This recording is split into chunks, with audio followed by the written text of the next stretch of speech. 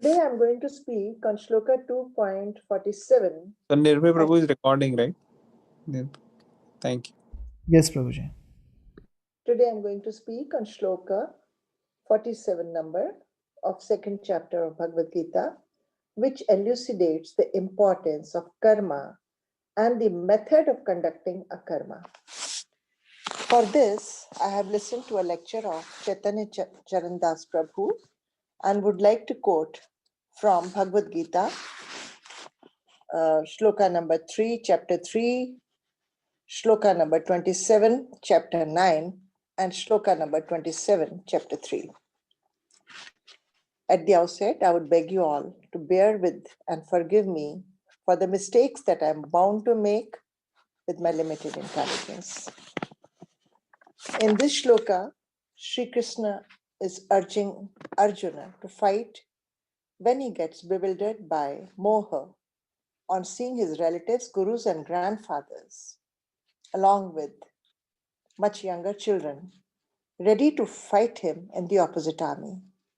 And though he is a great warrior and is confident of winning, he thinks it is a futile exercise to win a war by killing his own brethren and relatives. Then Sri Krishna explains the importance of karma to him through this shloka. Karmanye vadhikaraste ma phaleshu kadachana ma karma phal heturbho ma te sangostva akarmani. There are 4 parts to this. 1. Right to perform your prescribed duty. 2. No right to the fruits of these duties or results of the duties. 3. Never consider yourself the cause of the results of your activities, because the cause is the destiny which is created by God through past karmas over many births. 4. Never be attached to not doing your duty, or never be akarmi. The first word is karmani. Karma is action, and action performed in a proper way, with proper thought behind it, with a set goal, with proper knowledge, and as a prescribed duty, is a form of prayer. Why? Because the human form of life is given to us to serve Krishna through karma, and dedicated karma helps the soul in advancing spiritually towards the path of liberation. We are given the right to karma, but a problem is we get deviated by Maya and get caught in desires, like a fly caught in a spider web. So God tells Arjun to fight, as he is a Kshatriya and a warrior, and it is his prescribed duty to fight against injustice, to fight for upholding dharma, and also to fight weak, to defend weak and helpless, to fight without any consideration to who he has to kill, because he was at war to uphold dharma. A human being cannot live without karma, and karma done in the line of prescribed duty is the right of an individual.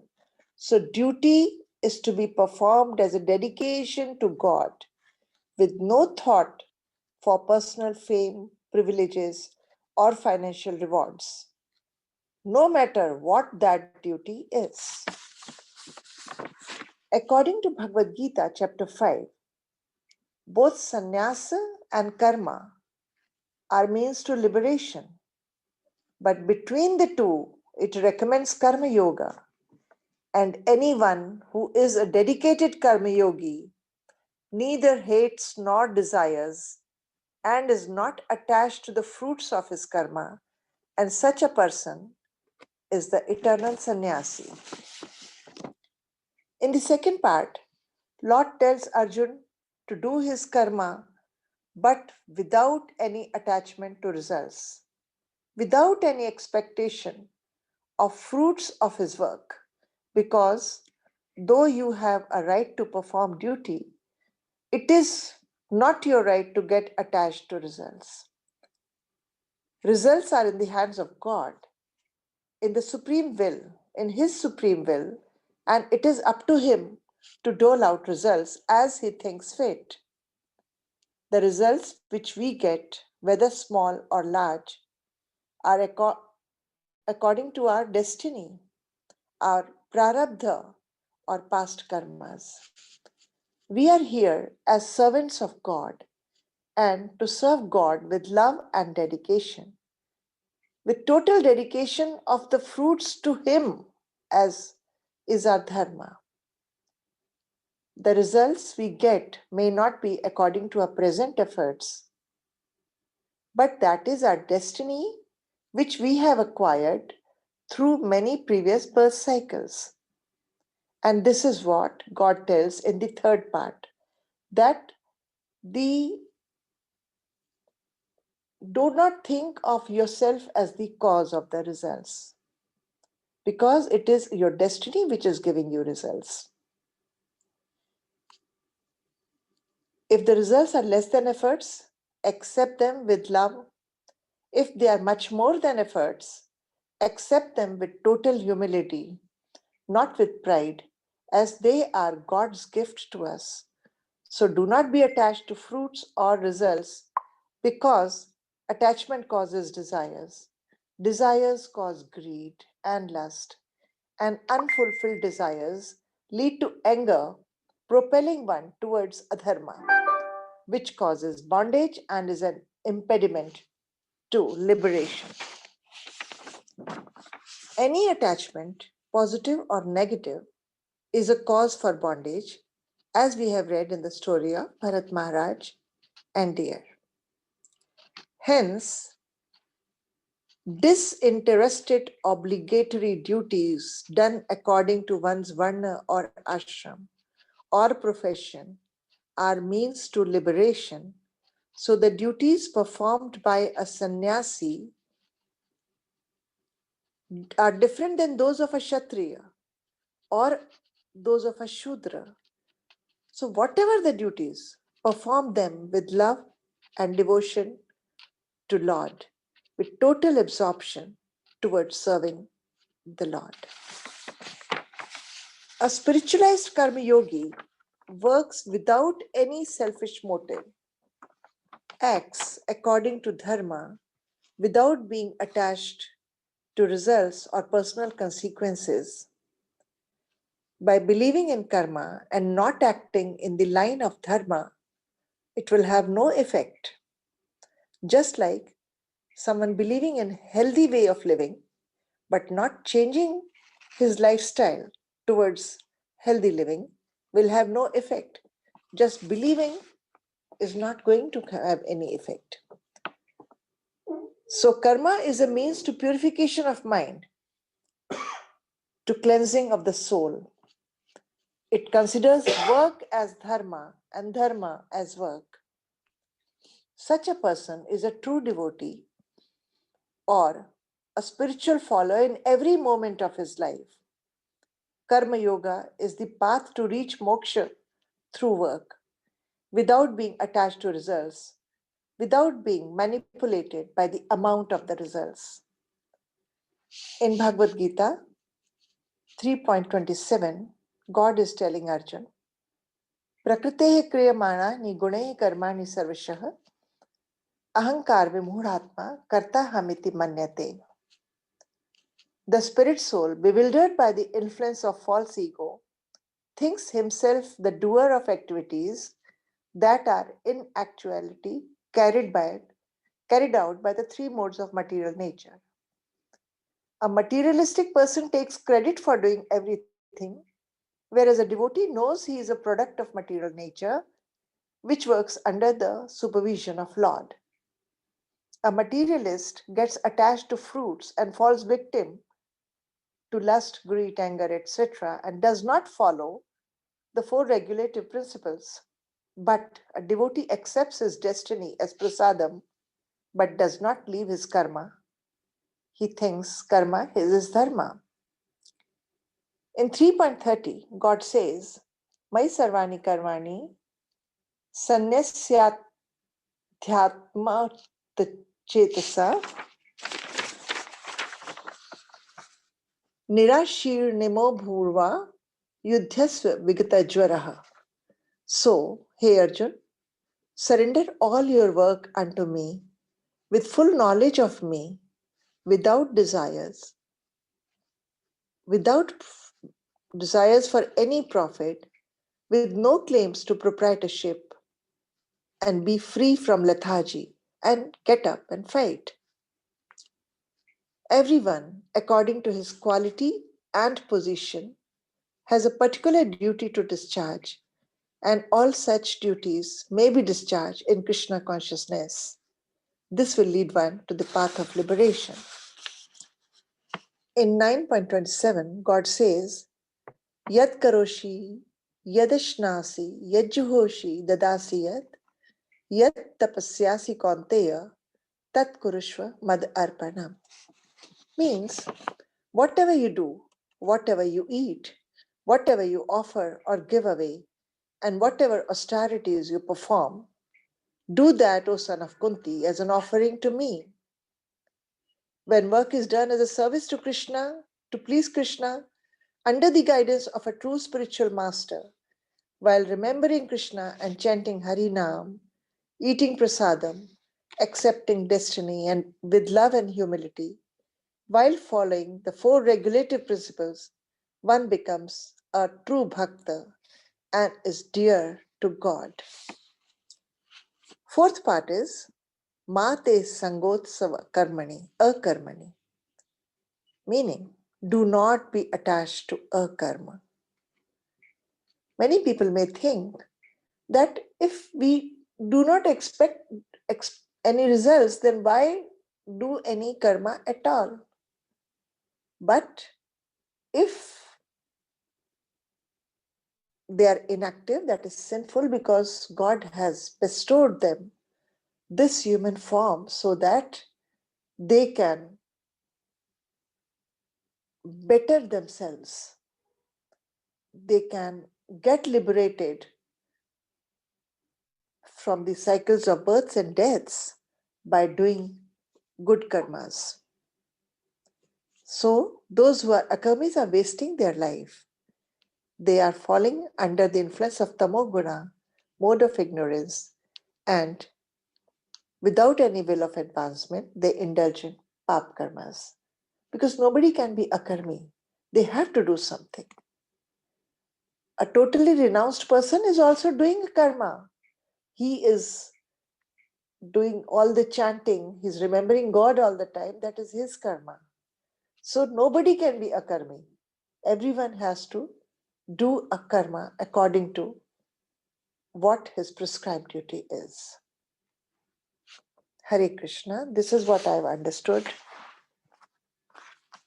from the 47th shloka. And I may have made many mistakes, please forgive me for them. Hare Krishna. Here is that when the scriptures talk about akarma, so that akarma can be understood in two ways. One is basically it is not going to give you any results. So akarma means which is not going to give you any karmic results. So one is akarma means do nothing, right? Uh, like here Krishna is saying, do not be attached to not doing anything, right? So that may be one understanding of a karma. But that is Krishna only says is not possible. And Mataji also said it's not possible because you're doing some every time something or the other you are always doing. See, it's not possible for you to be not doing anything. So then how else can one do a karma, which means to have no karmic reactions. No positive karma, no negative karma. So that is by engaging in spiritual activities. So sometimes spiritual activities, engaging in them in itself is called as a karma. So from that perspective, one must do a karma. Why? Because then you are acting for the pleasure of Krishna. So that a karma is the best. So generally speaking, when we talk about a karma, we will be talking in this context of spiritual activities, spiritual karma. And the other means of a karma, that not doing anything or being procrastinating, lazy, that is not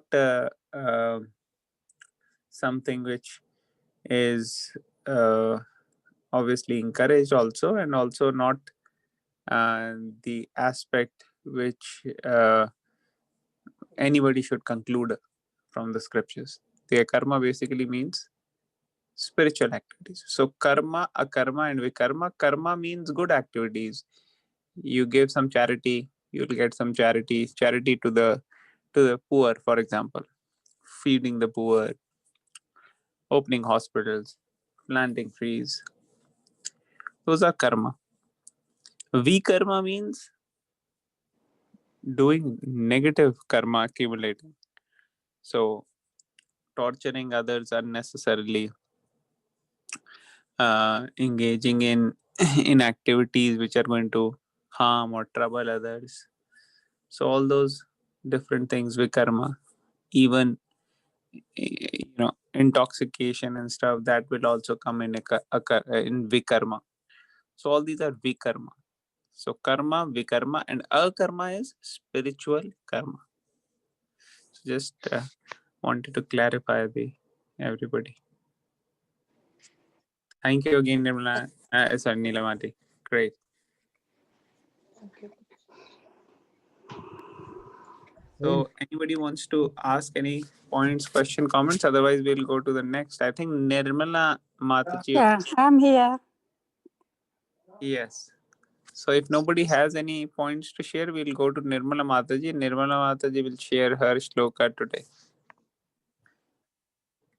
Thank you, Mataji. Thank you very much. You explained very well. Yeah. So Thank you, much. Mataji. It was really nice. So, Prabhuji and Mataji, just one curious thing I wanted to ask. So, in modern times, so when people do karma, like as you said, Prabhuji, like donation and that kind of thing. So, for example, in the current time, if you take, for example, Bill Gates or let's say Shah Rukh Khan or Sachin Tendulkar, those famous, so-called famous people, if they donate or something, so that becomes a huge, I may say, impact. No, I may say not the impact, but huge news, and the people become so much follower because they do this kind of donation and charity, and they make a role model to them. But whereas somebody does some kind of spiritual activity, so still hardly people follow and they do not do activity. So I think this is again influence of Kali, or why does that happen at karmic level? People become so much follow. In fact, they think their whole purpose of life is to become like them, to earn money and to become to give charity, donation, that kind of thing. Whereas the spiritual side, people are completely ignorant. So, if you would like to add something on these kind of thoughts. So basically, the question is that people will follow these personalities who are giving charity, and they are not following those who are giving charity in the spiritual cause. So Correct. why people are like that in Kali Yuga? Yeah, that kind of, I mean, so why people make those karmic people such, role model?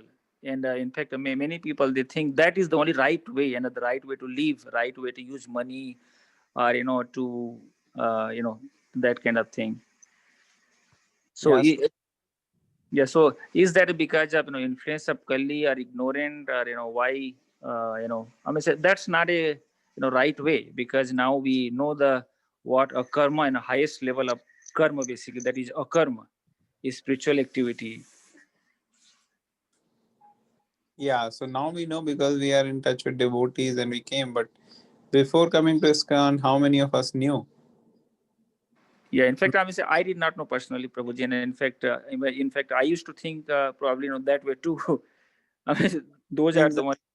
So, for example, in my world, especially in IT side, if you, I mean, so back in India, like Infosys, Wipro, these companies, so Narayan Murthy, they are like a role model that used to be, persons how they have conducted, and how, they do a little bit of charity, here and there.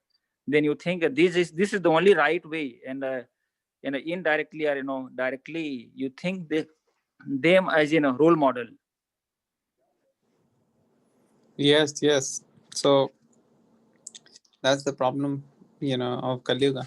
So symptoms of Kali Yuga are described, as you may have heard or read in the first canto of Srimad Bhagavatam, that people are manda sumanda matheo manda bhagya upadrita.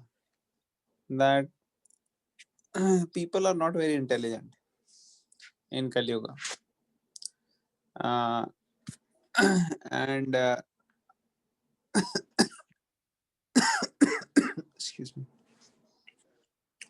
And in the very first chapter, actually, the sages headed by Shaunak, Adi Rishi, are questioning Suta Goswami, and they are saying manda samanda madhya manda bhagya upadrita, that people in the age of Kali, they are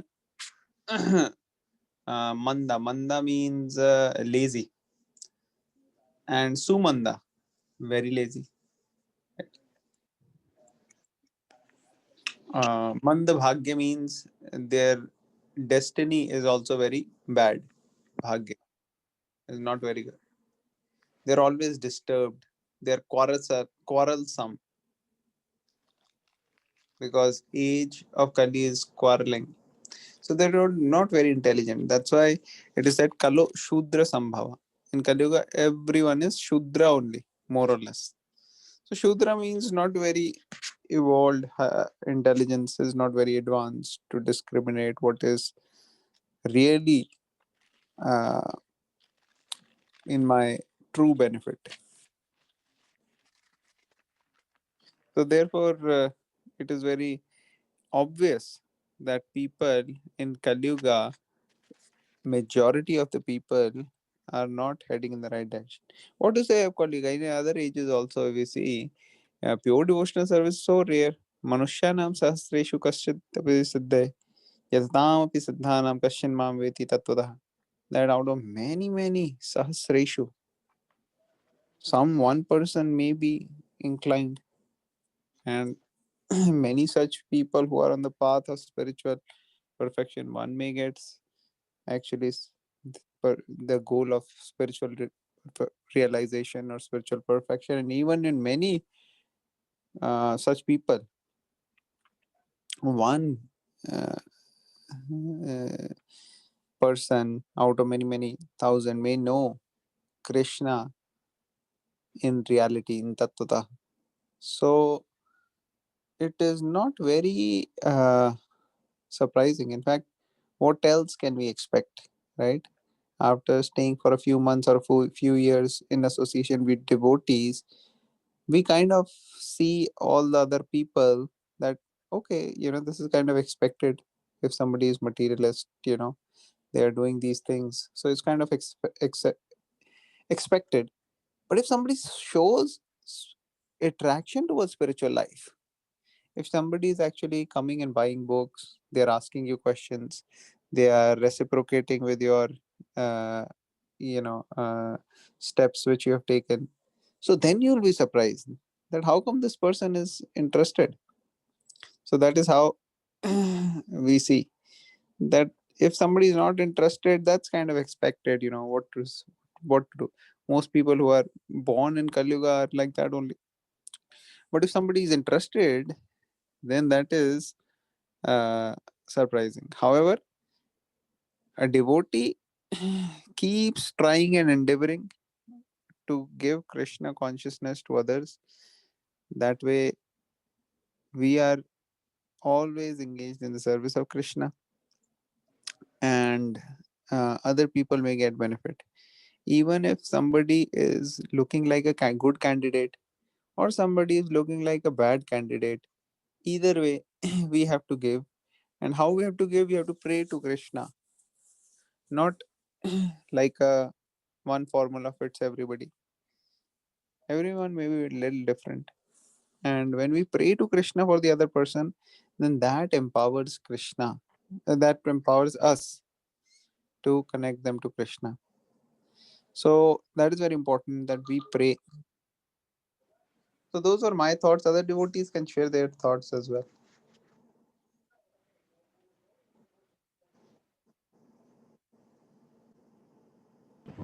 Thank you, Prabhuji.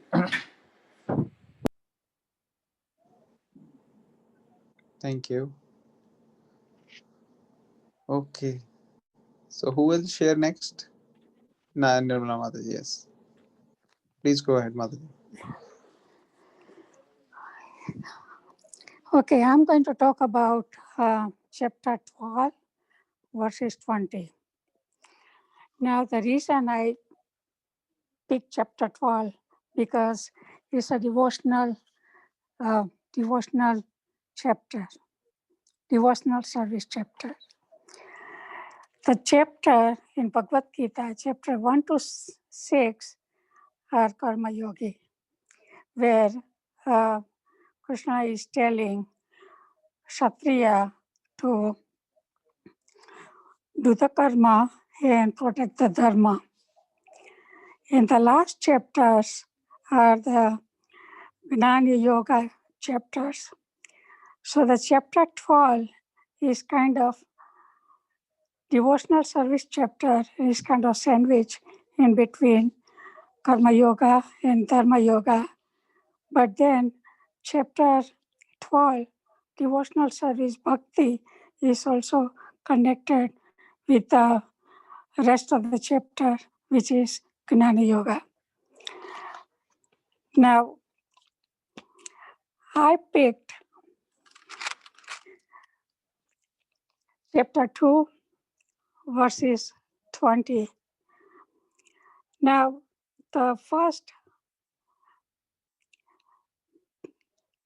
this is how the flow of chapter 12 goes.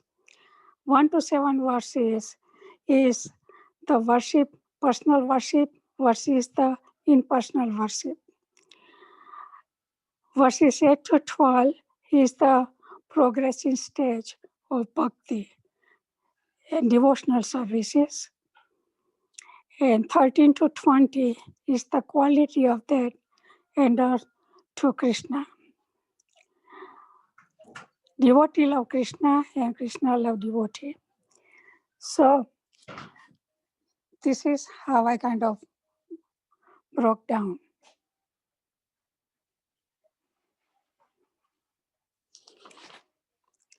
So now I will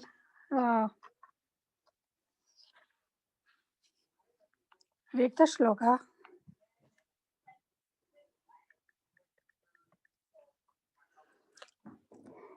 Etu dharma prutam mitam yathotkam paripasate shraddhanan mat parma bhakta stet dev me priya.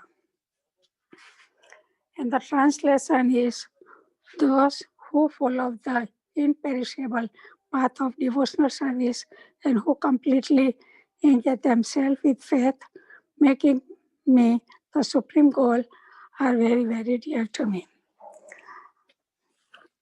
Now, so this is the translation.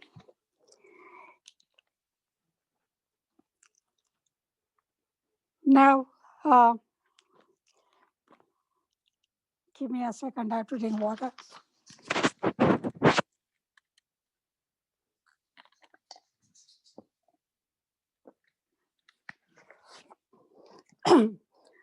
Now, in chapter 11, Arjuna saw Krishna's roop, how Krishna. And then in chapter 12, he started asking the question. So then God is, so then Krishna is answering these questions.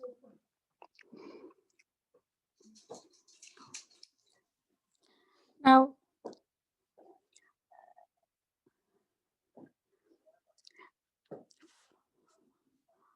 from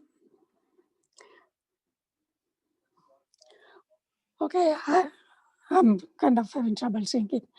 From verse 2 through the end, which is say Maya Vesha Manoema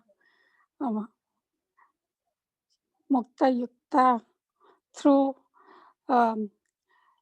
Yada. Okay, I can't read it. Okay, so Sri Krishna conclude in this chapter by summing up from verses 2 till verses 19 and Arjuna's question. Now, in the beginning of this chapter, the Arjun asked him regarding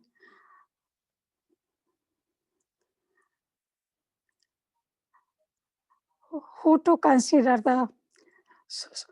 to whom consider the superior, those who are devoted to the personal form, or through the bhakti yoga, or those who worship the impersonal through the gnana yoga.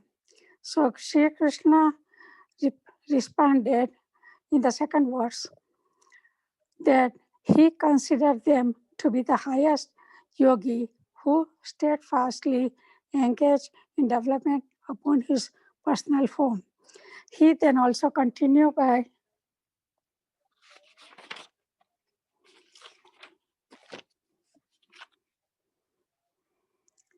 on the topic of bhakti by explaining first the meaning of the performing devotional and then quality of the devotee service.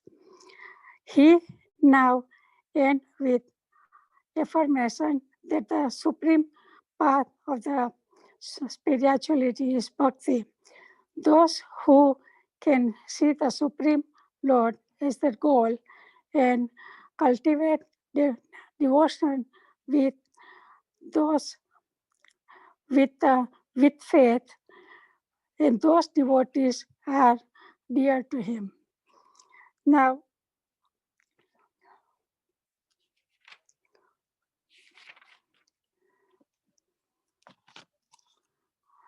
the difference between the devotional service and personal service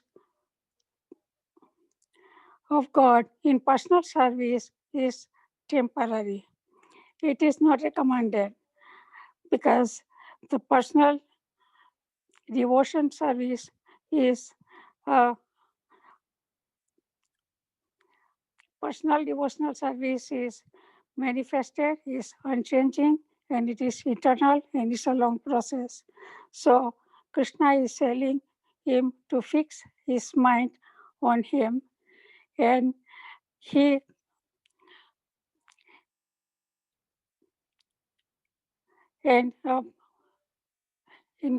fix his mind and intelligence on him, elude in him without a doubt, and follow all the principle like no meat eating, no gambling, and all the Bhagavad Gita's rule. So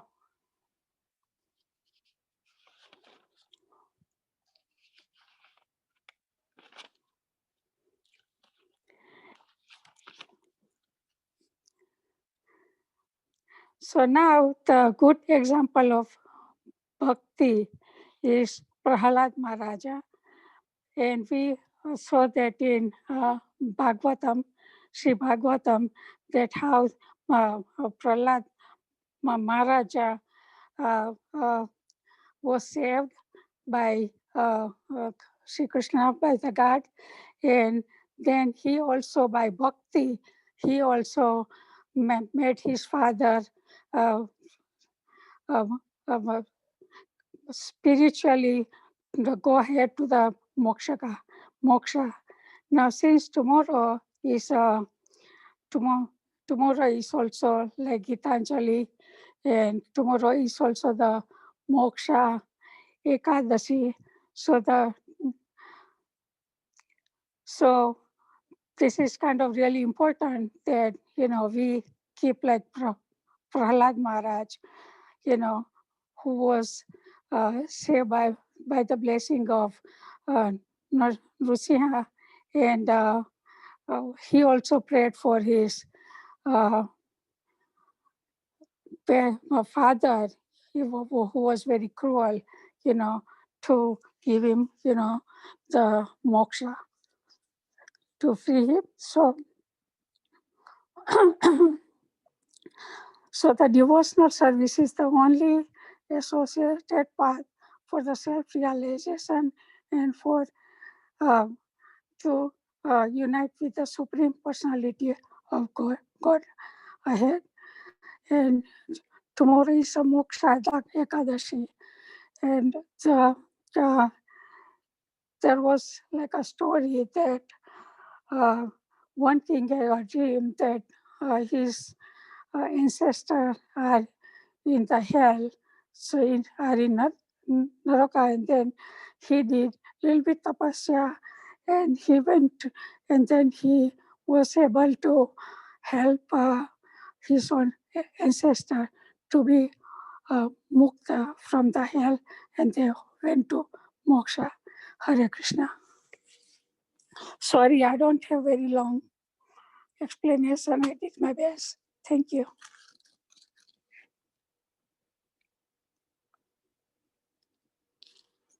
Nice. Thank you, Mataji. Very nice. Thank you. Thank you for listening. Thank you. My voice don't cooperate, and my eyes don't cooperate either. So Mataji nicely explained. You were mentioning also about the flow of 12th chapter. So what were the sources? Did you listen to some lectures? yeah, I listened to a couple of the lectures, but the okay about the chapter 12, I took it out from from the Bhakti Shastri, and I think it was done by Bhakti Shastri, and it was done by, I think, the Chinmaya Das Prabhu, and some of the thing I got it from the it was the Atul Krishna. I don't know, I didn't write it down, but it was from the Atul Krishna. Yes. You're right. I've heard. Yeah, it was from the Atul Krishna. Well, I just often remember it. I don't think I wrote it down anywhere. So. Okay, very nice. Very nice. Thank you, Madhavi. Thank you for sharing. Very nice. Okay, so anybody else would like to ask any questions from Nirmala Mataji?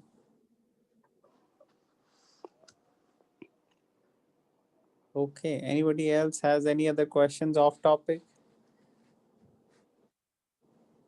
Okay, great. So I think only Nirmala Mataji and Neelam Aunty were scheduled to present today. If anybody else would like to present, they can present. Otherwise, we will conclude and we will have our next session tomorrow. And tomorrow is Ekadashi for all the devotees who would like to fast, can fast on the day. So anyway, Atul Prabhu, you can give me some feedback if I made any mistake. Nirmala Mataji, this was very nice.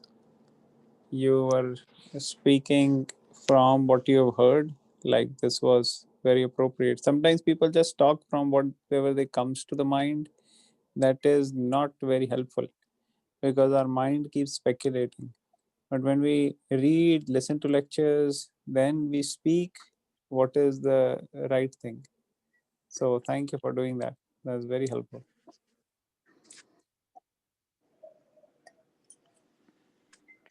I have a question here. Yes. I was reading the translation of this shloka, and there is one line: the impersonal conception of the supreme absolute truth, as described in this chapter, is recommended only up to the time one surrenders himself for self-realization. That means, is Srila Prabhupada talking about that in the initial stages it is meditation is recommended till such time that we do not start um, So, Andy, this doing. that yes, this means that if somebody takes the spiritual, if somebody takes to self-realization, the process, and within that he chooses the impersonalist path, then the impersonalist path can only take one up till this level, and then one has to surrender to Krishna and go beyond this to the spirit, to the Vaikuntha planets. Like for So the example, there may be, there may be different buses going from school to home, and then what happens? One bus is directly going to my home, so either I can take that, or I can take to this one bus which goes halfway, and then after halfway you have to again change and go to the other bus. You see what is being said? So this is saying that this one bus of impersonalism only can be recommended according to scriptures till the time one doesn't come to the platform of surrendering to Krishna. Once he comes to that platform, then this is not needed. Then he, by surrendering to Krishna, devotional service is the only thing which will take you beyond. And if in the beginning only you sit on that bus, then you don't have to worry about the other bus, because there are so many buses going in that direction, right? thank you. Thank you so much. Well, Yeah. actually, when I was making the note, I mean, it was saying that, bhakti, sometimes bhakti doesn't happen instantly. Sometimes it happen in a multi-layer. So, and sometimes it just happen like the people start worshiping demigod. The okay, God, if you give me this, you give me this, I will do this. Like I will do 10 rounds of japa. So it just sometimes it just start in the small basis and then it just grows from like 10 japa and then to more japas, and then sometimes it just end up like people don't ask for anything. They just want to do that for uh, for the God, for the Krishna. They want to do the service for Krishna. So in one of the lecture, I heard that it was talking about the multi-layer of reaching towards the God. Hare Krishna. Thank you so much, Mataji, for explaining.